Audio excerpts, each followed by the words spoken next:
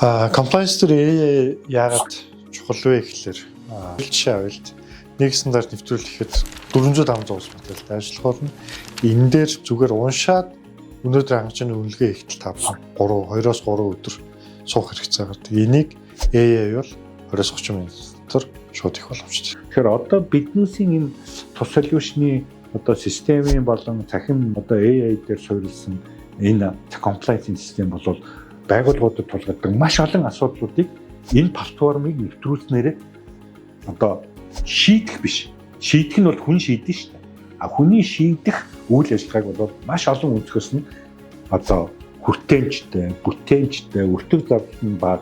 За тэгээд одоо нөгөө хүний алдаа мадаанаас урьдчилан сэргийлэх ийм том боломжуудыг олгож өгöd байгаа байхгүй. Тэгэхээр яг шууд утгаар нь тооцож үзэх юм бол бүтээмжийг 100 дахин нэмж байгаа гэсэн. Хоёрдугаарт бүтээмж нэмэхээс гадна эргээд стандартыг нэвтрүүлнэ гэдэг нэг хэрэг, цаашдаа хэрэгжүүлж ажиллана гэдэг өөр хэрэг.